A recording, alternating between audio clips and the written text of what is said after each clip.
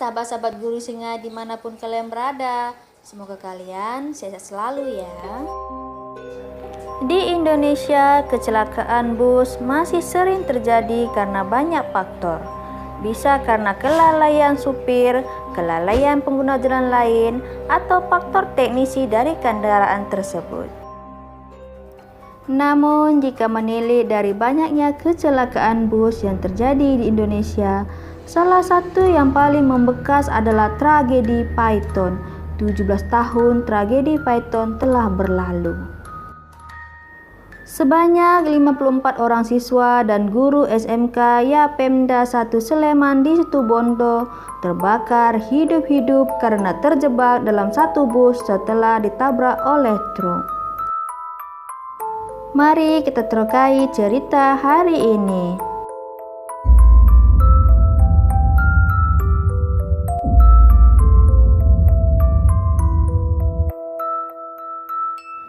Kronologi ceritanya adalah rombongan tersebut baru saja pulang dari Bali menuju Yogyakarta setelah melakukan studi tour dan wisata di Bali.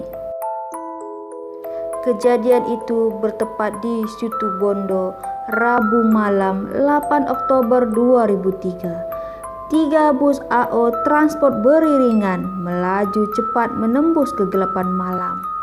Di sebuah tikungan di Jalan Raya Surabaya Banyuwangi, tepatnya di kawasan Banyu Blugur, Situbondo, Jawa Timur. Tiba-tiba, sebuah truk kontainer memotong jalur dari arah berlawanan. 2 bus lolos, 1 bus lainnya apes. Bus pengangkut 54 siswa dan seorang guru pendamping itu dihajar truk trailer. Sejurus kemudian, giliran truk tronton yang menghantam bus itu dari belakang. Boom! Bagian depan bus mulai terbakar. Puluhan penumpang panik. Di tengah kepulan asap, mereka berlarian ke belakang bus seraya menjerit meminta tolong.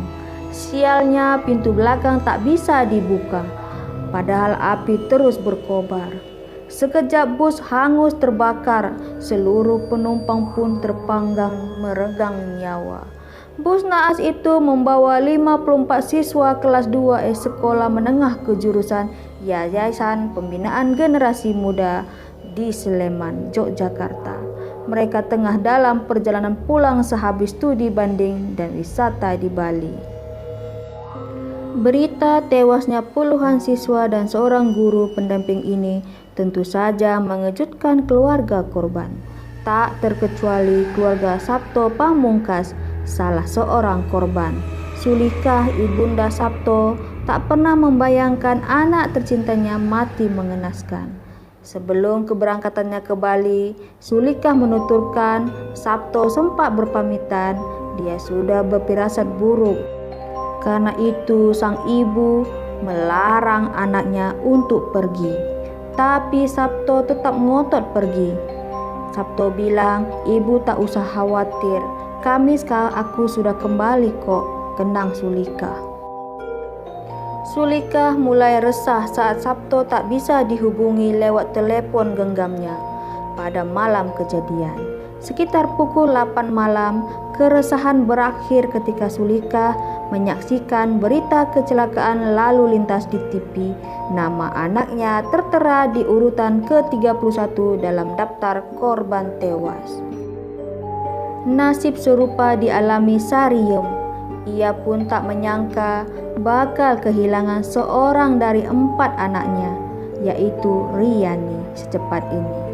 Bahkan dia sempat tak sadarkan diri ketika mendengar kabar duka tersebut. Sarijo, suami Sariem, bahkan tak mahu berkata-kata, hanya diam. Untungnya Rianti, saudara kembar Riani, selamat dalam musibah itu karena berada dalam bus yang berbeda.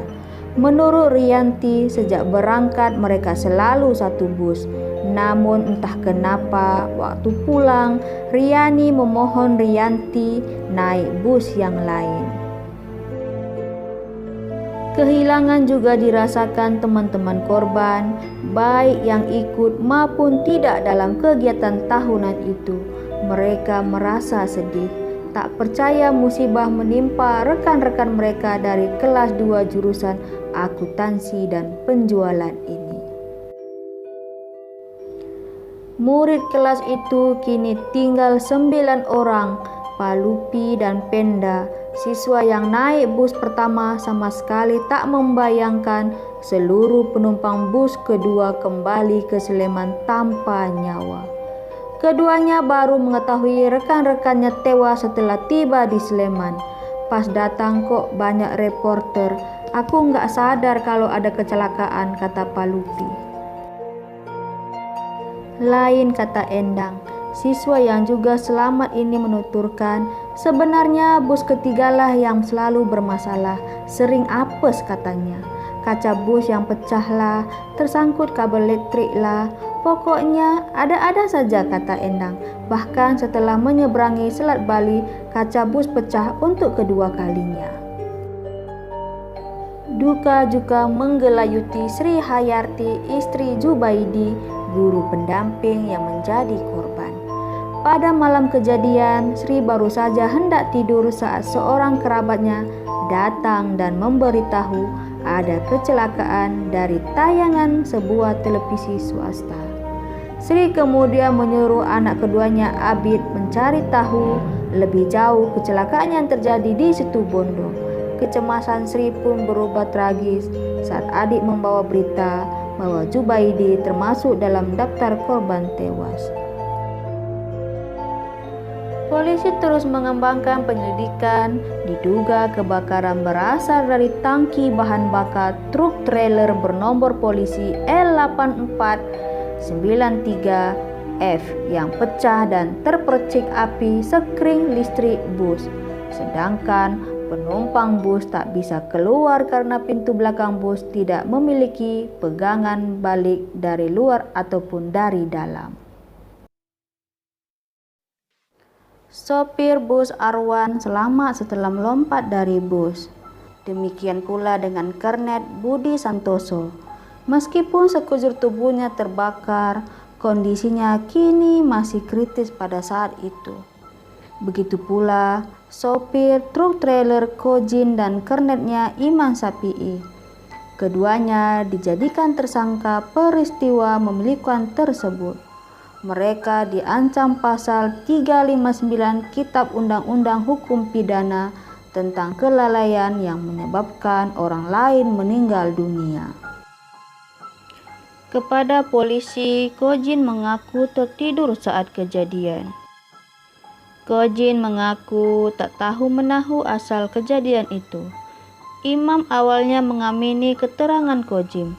Bahkan dia mengaku baru pertama kali mengemudikan truk di jalan raya. Namun belakangan Imam membantah keterangannya sendiri. Polisi juga menetapkan Arwan sebagai tersangka karena dinilai tidak maksimum menolong penumpang.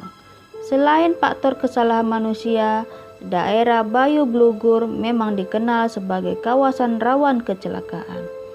Jalan di kawasan ini berbelok-belok dan naik turun, sedangkan penerangan lampu di kawasan itu sangatlah minim. Mengapa kecelakaan ini bisa dibilang sebuah tragedi berskala nasional?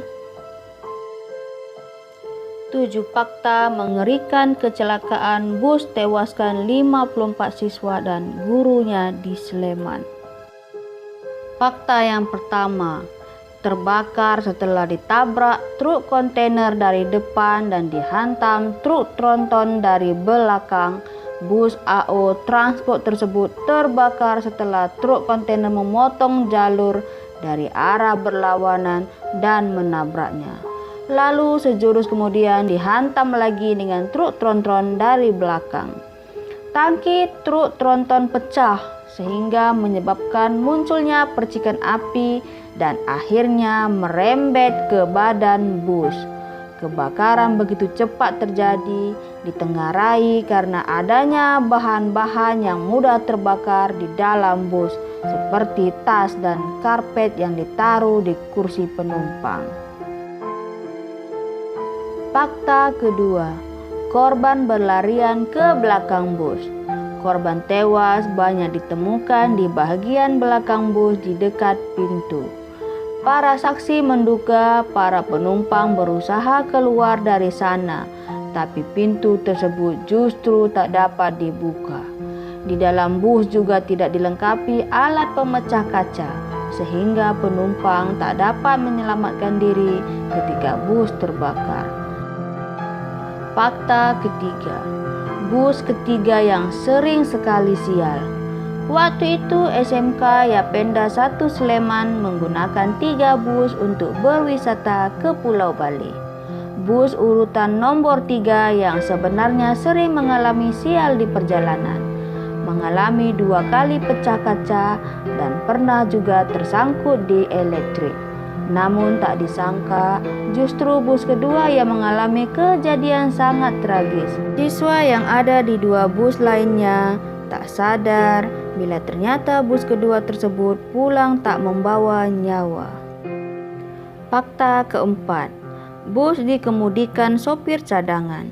Pria bernama Budi yang saat kejadian mengemudikan bus ternyata hanyalah sopir cadangan. Sopir yang sebenarnya adalah Armando. Sempat beredar kabar bahwa mereka melarikan diri setelah kejadian tersebut. Namun dari pihak perusahaan otobus menyangkal bahwa sopirnya melarikan diri. Mereka justru ikut membantu mengeluarkan penumpang. Fakta kelima, warung di dekat lokasi memilih tutup. Setelah bus yang membawa 54 penumpang itu terbakar, beberapa warung yang ada di dekat lokasi memilih tutup karena ngeri. Tempat terjadinya kecelakaan adalah sebuah jalan yang cukup tinggi. Kiri dan kanannya merupakan bukit dan tanaman liar yang sepi. Fakta keenam, mayat korban disekat dengan balok es. Banyaknya jumlah korban meninggal memaksa pihak RAUSD Situbondo untuk mengawetkan jenazah menggunakan balok es. Jenazah juga hanya ditempatkan di lorong karena ruang kamar mayat tidak terlalu besar. Kebanyakan jenazah mengalami luka bakar serius. Ada bagian tubuh yang hilang dan beberapa sulit dikenali.